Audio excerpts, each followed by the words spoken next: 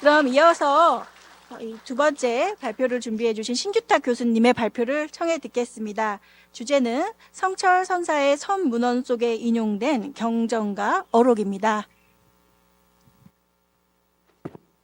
안녕하십니까. 조금 전에 소개받은 연세대학교 철학과에서 불교 가리키고 있는 신규탁입니다.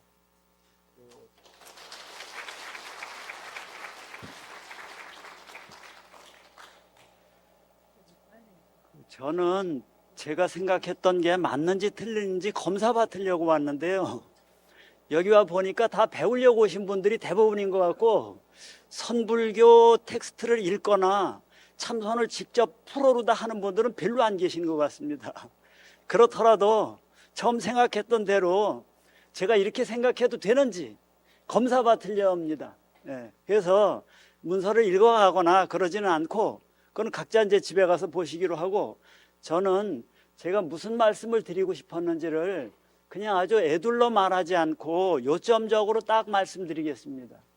왜냐하면은 학자들의 경우는 저의 경우 뭐 특히 그렇습니다만은 잘 읽어야지만이 무슨 얘기를 하고 있는지를 알 수 있고, 때로는 글 쓰는 이가 특히 이제 저 같은 경우가 하도 생각이 많아서 하고 싶은 말이 많다 보니까 한 논문 속에 그게 주제가 제대로 정리되지 않는 경우를, 제가 이 분야에서 거의 30년 이상을 교수 생활을 했는데도 이게 잘 안 됩니다. 그래서 말 그대로 여러분들께 검사 받으려고 왔어요. 이게 무엇을 검사 받으려고 하느냐 하면은, 저는 간단합니다. 성철 스님께서는 선사이십니다. 선사. 선사라 하면은 저희 이 분야를 전공으로 하는 연구자들 사이에서 선사라 하면 남종선의 전통을 계승하고 있는 이들을 선사라고 합니다. 그러니까 요새 나오는 커피 명상이라든가 어디 스님은 생전 선방에 참선하는 역사적인 일도 없었는데도 무슨 선사상 연구원이라고 붙여갖고선 엄청난 선사인 것처럼 얘기들 하고 그러시는데, 그런 의미의 선도 있겠지만은 우리 연구자들이 다루고 있는 선은 남종선의 전통에 서 있는 분들을 선사라고 합니다. 그런 면에서 성철 스님은 선사이십니다. 선사이십니다. 그리고 성철 스님을 이해하기 위해서는 그 시대를 좀 우리가 같이 공유해야 될 필요가 있는데, 스님께서는 25살에 출가를 하시는데 그때가 36년이에요. 이게 일제시대 때입니다. 일제시대 때도 일제의 조선 점령이 상당히 고착화되어지고 섬세해지던, 나름대로 노하우가 생겨서 조선 총독부에서 조선인들을 어떻게 관리해야 될지에 대해서 상당히 잘 알고 있습니다. 자, 그래서 무엇 하나를 행함에 있어서도 조선 총독의 허가를 받지 않고는 불가능한 세월입니다. 그리고 이 시대에 또 다른 점이 하나 있다면, 승려들의 결혼을 당시에 조선 총독부가 적극 장려하고 인정하게 됩니다. 자, 그러는 속에서 성철 선사께서 생활을 하십니다. 그러면은 조선 총독부에서 한 이렇게 우리 근대들이 시킨 우리 근대사의 왜곡과, 또 하나는 그로 인해서 불교에 여러 가지 문제점이 노정되는데, 그 중에 여러 가지 있습니다만 재정적인 면이며 사찰 운영적인 면이며 또 여러 가지 있습니다만은, 훗날까지도 우리를 골치 아프게 힘들게 했던 것 중에 하나가 소위 결혼한 승려들을 어떻게 해결해야 될 것인가, 이 문제가 매우 컸습니다. 그래서 제가 보기에는 성철 스님께서는 젊은 시절에 상당히 많은 절을 옮겨 다니시면서 수행을 하십니다. 한 절에 오래 계시지를 못하고, 그것은 그 당시에 불교의 상황과도 상당히 밀접하다. 당시에는 소위 사판승들 결혼한 승려들이 주도권을 잡고 있었기 때문에 참선하는 승려들이 어디에서 한 군데서 오래 참선할 수 있는 그런 형편이 못 됐고, 특히 큰 절들은 전부 다 그런 조선 총독의 관리 속에 있고, 조선 총독과 여러 가지로 의견이 맞고 그 정책이 맞는 사람들만 있었기 때문에, 그래서 저는 원택 스님께서 82년도에 엮었던 돈지풍강하고 그다음에 성철 스님 돌아가시던 그 해에 고경이라는 책을 내신 것 아마 여기 신도분들은 기억하실 겁니다. 예. 그래서 조계종 종전이라고 할까 그러다가 조계종 종전하면 조계종이 뭐 이거냐 그래도 또 그 시대에 또 이런 말 저런 말 있을 것 같았다고 저는 생각이 들었어요. 그래서 조계선종 종전이라고 이렇게 선자를 넣으셨던 그 지혜로운 생각이 지금도 30년 전 생각이 납니다만은 이런 두 책의 연보를 볼 것 같으면은 성철 스님께서 여러 군데를 한 군데서 오래 계시지를 못합니다. 그래서 그걸 볼 것 같으면은 제일 처음에 범오사에서 시작을 하십니다. 그런데 그 당시 범오사의 상황이 어땠는지는 제가 요즘 저의 스승님은 월원 스님이신데 월원 스님은 일기를 쓰시는 분이세요. 그래서 일기가 한 60년치가 고스란히 남아있는데 그 일기를 바탕으로 그 시절을 회고하면서 쓰신 회고록이 있어요. 이 회고록을 제가 출판을 그 49제 사이에 해서 내게 됐습니다. 그래서 그 당시에 범어사 상황을 일기를 통해서 아주 생생하게 읽을 수 있었고, 그러나 일기라는 것은 어떤 한 사람의 특정 기억이기 때문에 그것을 온전히 믿을 수는 없거든요. 그런데 그 당시에 같이 살았던 운어 스님의 일기를 제가 깡그리 읽었습니다. 두 분 다 일기 쓰는 분들이에요.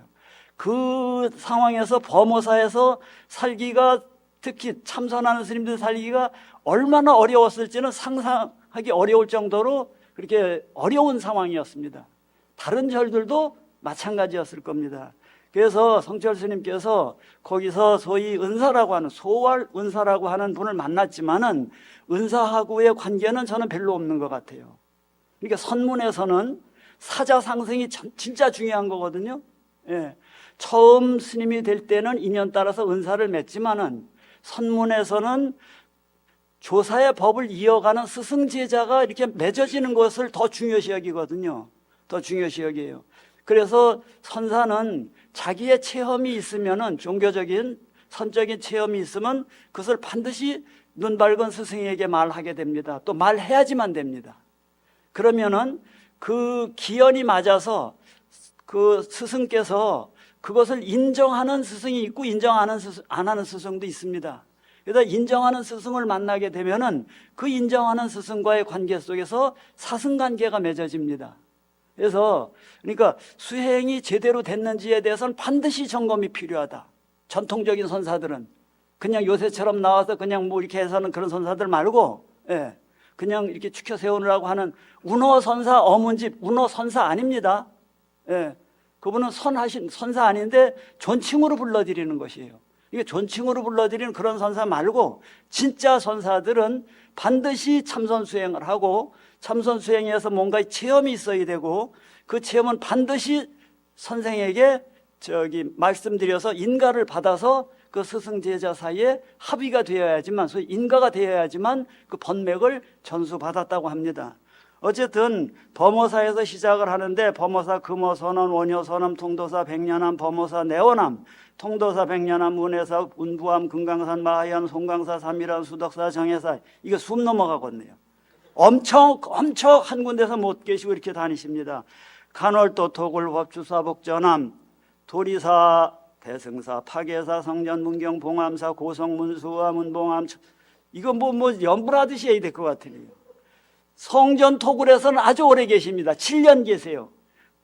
45에서 52까지. 부산 다대포 서울 도선사 문경 봉암사 김용사 해인사 백년함에 50세에 드디어 착좌를 하시게 됩니다.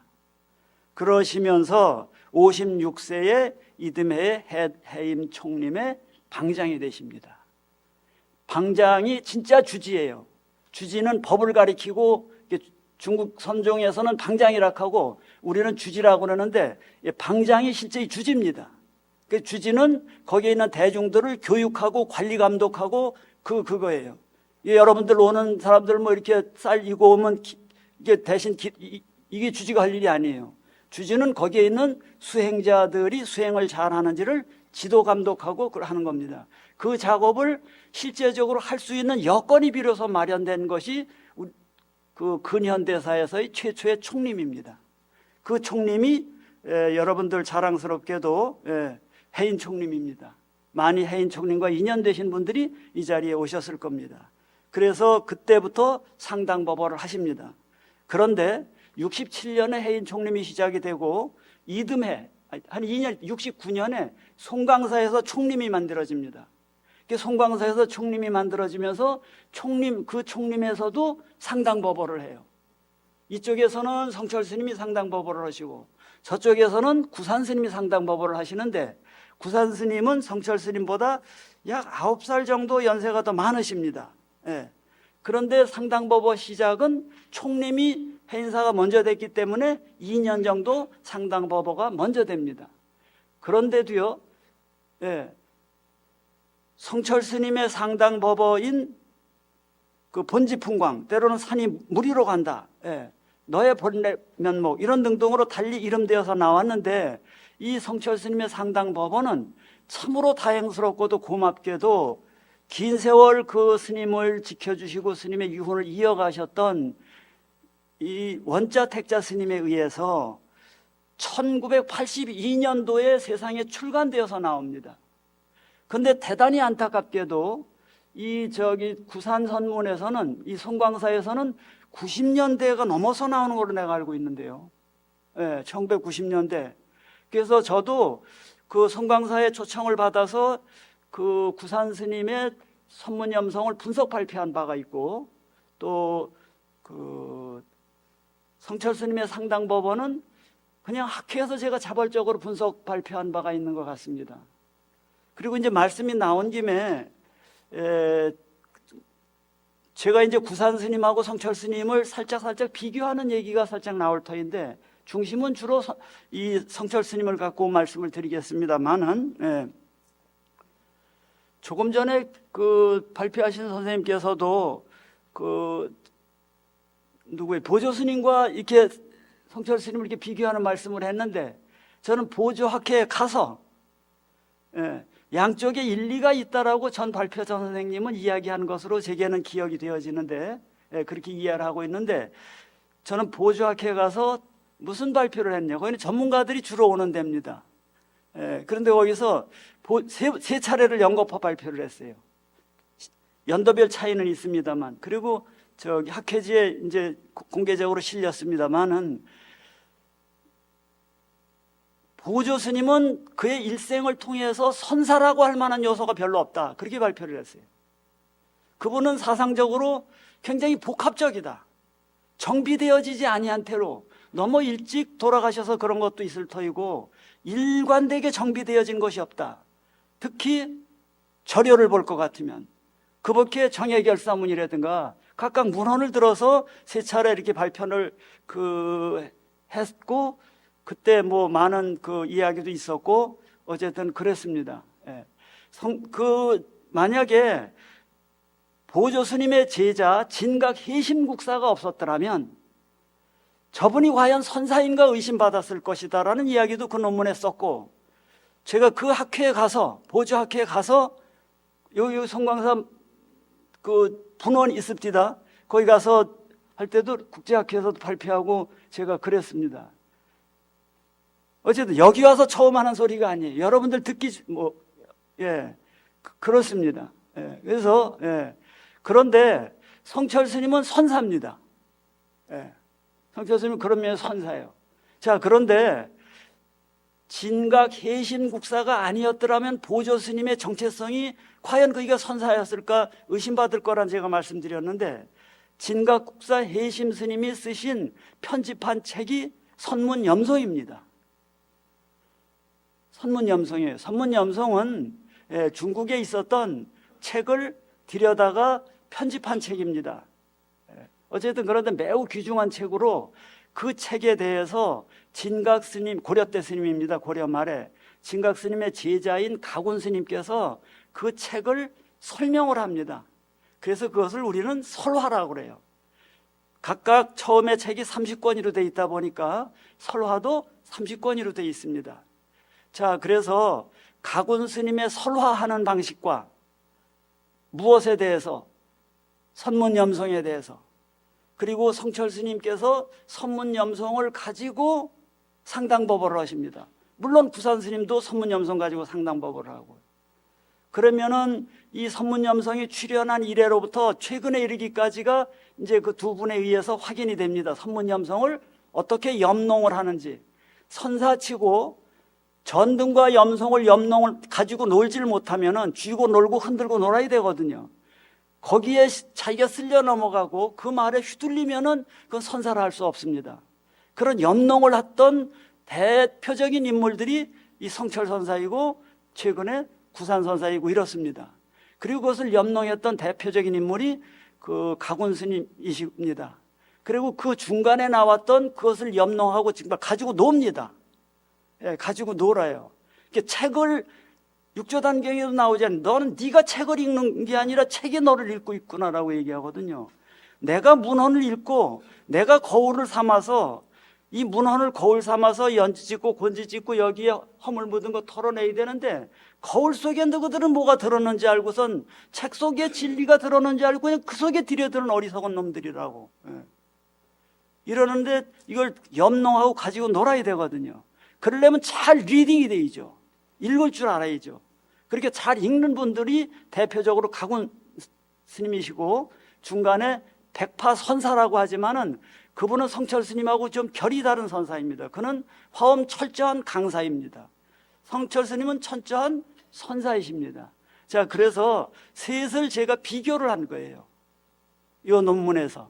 예, 그렇게 비교를 하는데 우선 가군 스님은 어떻게 비교를 했는지에 대해서 여러분들에게 말씀을 드리면은 가군 스님은 간단하게 말씀드리면은 훈고학적인 일을 합니다. 여기에 나온 이야기 화두가 있으면은 이 화두가 보요경에서 이 화두가 많이 나오는데 그 화두에 이름을 붙여서 첫 번째는 부처님께서 도솔천에서 내려온 얘기가 있었다 해서 그것을 이쪽 분야 전문 연구자들은 그것을 도솔화라고 합니다. 이 도솔화에서 이 얘기가 나오는데 이 이야기가 어느 경전에서 출전이 나오는 것이며 여기에서 여러 선사들이 이러쿵저러쿵 송을 붙이고 평가를 했는데 이분들은 어떤 심정에서 한 것이며 이것은 어디에서 나온 것이며 이 사람은 어느 때 어떤 사람이며 그래서 결국은 선문 염성을 읽는 데에 설화는 매우 좋은 자습서가 됩니다. 그러니까 선문 염성 읽기, 리딩, 독서에 좋은 자습서가 됩니다. 독서를 합니다. 근데 아시다시피 선오록은 독서하라고 나온 책이 아니에요. 깨닫는 도구고 수단입니다. 예, 깨닫는 도구고 수단입니다. 선사들의 특징은 경전도 수행의 도구이고 부처도 수행의 도구예요. 네 자신의 본래 면목 깨닫는 게 목적인 것이지 네가 부처에게 봉사하려고 부모버리고 절에 들어온 거 아니라는 것이에요. 이게 참 선생들의 독특한 특징이면서 그 특징이 긴 세월 중국과 이 조선 사람들의 마음을 흔들어 놓고 지금도 여전히 저는 흔들리고 있습니다. 예, 그런 기상들이. 예. 그러니까 텍스트에 빠져서 텍스트만 읽다가 말아. 철학사 연구만 평생 하다 지 철학은 한마디도 못하고 사는 게 제 인생인 것 같아요. 제가 강단에서 30년을 사는데 네 철학 한마디 해보려면 한 1시간이면 끝날 것 같아요. 예. 자, 그래서 가군 스님의 설화를 읽는 거는 매우 중요합니다. 근데 설화를 어떻게 읽었는지에 대해서 확인할 길이 없었어요. 저는 남들이 어떻게 읽었는지. 내가 뭐 옛날부터 살았던 사람도 아니고. 근데 설화를 읽으면서 설화를 어떻게 읽어야 되는지에 대해서 코멘트를 붙인 아주 대표적인 분이 그 백파 스님입니다. 네, 백파 스님입니다. 백파 스님이 남긴 그 코멘트집이 설화예요. 그래서 여러분들이 사기가 어떻게 생겼는지 평소에 보지를 못했을 겁니다. 저도 사기를 워런 스님 방에서만 처음 뵀어요. 그래서 제가 여쭸어요. 스님이 이 귀한 게 어디서 났느냐? 그랬더니만 당신 그 예전에 통도사 살고 해인 살 때는 특히 통도사 뒤에는 그 절 뒤쪽으로 가면은 그 법당 뒤쪽이 아주 많았었대요.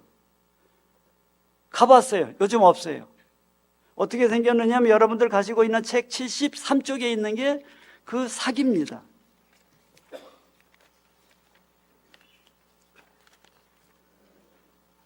그래서 왼쪽 가로줄 이렇게 표시하려니까 1, 2, 3, 4 ABCD로다가 93쪽에 제가 이제 표시를 해놨는데 그런 방식으로 해서 이것을 사기를 통해서 설화도 읽어가고 염송도 읽어가는 겁니다.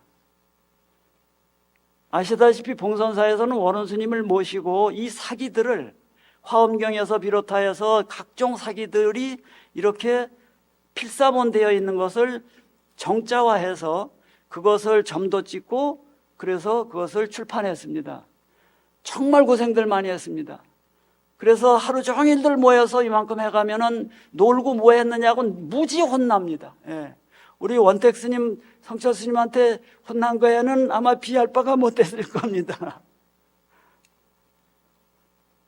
그러면 속상합니다. 저는 스님이 아니기 때문에 좀 비교적 별말을 다 말씀드립니다. 우리 선생님께. 그럼 스님 한번 해보세요. 그러면 여러 명이 한 이틀 걸려서 아주 그냥 머리를 싸매고 했던 것을 그 자리에 앉아서 툭툭툭툭 다 설명을 해내요. 그러니까 뭐 꼼짝할 수가 없는 거예요. 예. 어떨 때는 야속하고 밉다가도 뭐 실력으로 안 되는데 뭐 어떻게 해요. 예. 그래서 왜 그 염송설화는 안 하십니까? 사기를 안 하십니까? 그랬더니 본문 읽는데 그걸 왜 하느냐는 거예요. 근데 본문 읽기 읽혀집디가 않읍디다. 그래서 이 글을 쓰면서도 읽혀지지 않는 게 있어서 예전 같으면은 좀 표현하기 외람되지만 친하기 때문에 긴 세월 78년 동안 스승님으로 모시고 살아왔기 때문에 전화를 드리면은 염송 사기 몇 책에 있는 거 몇 권 그 스님 어떻게 읽어요? 그러면 이렇게 말씀도 해주시고 그러는데 그리웁디다 참. 예, 그리웁디다. 어쨌든 간단하게 말씀드리면은 백파 스님의 그 사기는 당신이 만든 틀을 가지고 소위 조사선이니 열애선이니 이것은 상대방을 키워주는 살인이 상대방을 조져대는 살인이 상대방을 네 하는 꼬라지대로 하라고 계속 놔주는 건지 지 하는 꼴을 보게 봐야 되거든. 그래야지만 그 상대가 어떤 체험을 했는지 알 수 있으니까 애들이 재롱 필 때 마음껏 재롱 피워 그냥 놔두는 거예요. 그러면서 그게 어떤 재능이 있는지를 보는 거고 때로는 이쪽에서 대중을 상대로 자기의 감정을 표현할 땐 이렇게 해야 되는 것이라고 하면서 잡아들이기도 하고 여튼 여러 가지 방식을 그 백파 스님은 그 공식을 만들었습니다. 당신이 만든 공식집이 선문수경입니다. 이때의 선문은 문할 때 문입니다. 문서할 때 문. 선문서를 읽는데 필요한 핸드미러예요. 이거 여자들 갖고 다니는 파우치 같은 것이에요. 화장대 안 갖고 다녀도 돼. 그거 하나 꺼내면은 다 이게 보고 이게 다 할 수 있는 거예요. 그래서 그게 선문수경은 공식집이에요. 근데 공식집으로 읽으세요. 공식에 맞춰요. 그래서 어느 정도까지는 읽는데 도움이 되지만은 한참 읽으면 좀 외람된 표현이지만 지겨워. 또 그 소리 하시네. 근데 성철 스님은 어떻게 하시느냐 하면요. 그 마지막 부분을 제가 읽어가면서 여러분들에게 말씀을 드리겠습니다. 성철 스님께서 하신 부분이 제가 쓴 책에 어디부터 해당이 되느냐 하면은 76쪽에 해당이 됩니다. 그래서 75쪽 맨 밑에 보면은 성철 스님은 이 화두를 염농하시면서 상당법어를 할 때 3단계의 구조를 갖고 계십니다. 3단계의 구조를 갖고 계세요. 첫 번째는 옛 조사들의 화두를 이제 거론해서 이제 흔듭니다. 나 이제 이거 얘기할 겁니다. 라고 흔들어 갖고선 지금 당신이 문제 삼고 있는 문제거리의 주제가 뭔지를 이렇게 공개를 합니다. 예. 그런데 그 대상들이 여러분처럼 이렇게 집에서 있는 사람들이 아니고 참선하는 그 전문가들을 놓고 하는 거예요. 제가 왜 이 소리를 강조하느냐 하면은 선사라면 그렇게 전문가 선사 앞에서 얘기해야지. 선도 안 해본 일반 시민들 앞에서 이러쿵저러쿵 얘기하다가 진짜 선사들 앞에서는 풀머구리처럼 그냥 개구리가 주인 없을 때는 왕왕왕왕왕 대다가 진짜 선사들 많았고 선사 앞에서 한마디 해야 그게 선사죠. 그런 선사들이 요새 안 보인다는 거예요. 예. 그게 방장이고 그게 종정인 것이고 그게 조실인데 지금 방장과 조실과 선원의 선원장이라는 간판 내세워놓고 뒤로다 살짝 숨어서 옛날 그 방장처럼 옛날 조사처럼 할 일 다 하면서 상당법어 안 하는 선원들이 너무나도 많습니다. 성철 스님 안 그러셨어요. 예, 나 이거 이제 얘기할 겁니다라고 흔들어댑니다. 두 번째에 선문 염성을 전부 이렇게 그 당신에게 맞는 말을 인용합니다. 인용함에 있어서 염성만 인용하는 것이 아니라 우리 저기 인용하는 과정에 있어서 중국 선어록을 방대하게 인용을 하십니다. 방대하게 인용하십니다. 이거는 스님이 젊은 시절 여기저기 다니면서 책도 많이 보시고 또 백년암에 좀 자리를 하시면서 그래도 책을 좀 둘 수가 있어서 많은 글을 읽으셨던 것 같아요. 그렇게 해서 세 번째가 갖고서는 다시 정리를 하면서 이상의 이야기를 마무리하면서 언어나 사유를 가지고 접근하려고 들지 말라는 것이에요. 비유로 들어서 말씀드리겠습니다. 성철 스님께서는 비유를 들어서 말씀드리면은 우리가 국수를 반죽을 하려면은 어차피 밀가루 넣고 물 넣고 하다 보면은 여기에 묻게 됩니다. 이 손을 털어서 이걸 떨치려니까 이 손에 묻고 이 손에 묻은 거 떨치려니까 이 손에 묻고 그러나 자꾸 떨어져 나가요. 성철 스님께서 이 화두를 들어서 생각을 끊어놓고 저 화두를 들어서 그 화두에 붙는 그 생각을 끊어놓고 이 말 하려고 하면 이 말에 들러붙는 것 때문에 딴 말로 다 끊어놓고 이렇게 끊어놓으면서 자꾸 끊어놓으면서 완전히 털어놓은 상태를 학인들, 수행자들을 그 상황까지 끌고 가려는 방식으로 염성을 활용하십니다. 왜 그렇게 하느냐? 왜 그렇게 하느냐? 우리가요, 세상을 이해할 때는 우리는 언어를 갖고 이해를 해요. 우리가 세상을 이해할 때는 사전에 자기 속에 들어있는 지식을 갖고 이해를 합니다. 그러니까 아래야식 속에 들어있는 뭔 끄트머리가 좀 남았어. 그러니까 성철 스님께서 제8 아라야식조차도 잘라버려야 된다는 얘기를 하시는 이유가 선행되어진 자기의식을 갖고 대상을 보면은 지 꼬라지대로 봅니다. 자, 이제는 지 꼬라지대로 보지 말고 저쪽에 바깥에 있는 세상이 너한테 말하도록 내가 가지고 있는 거 언어고 생각이고 모든 것을 다 내려놓도록, 예, 내 말 들을 것도 아니요. 다 내려놔라. 다 내려놓으라는 말 들을 것도 아니요. 이제부터 하는 말은 말이 아닙니다. 이것입니다. 예, 감사합니다.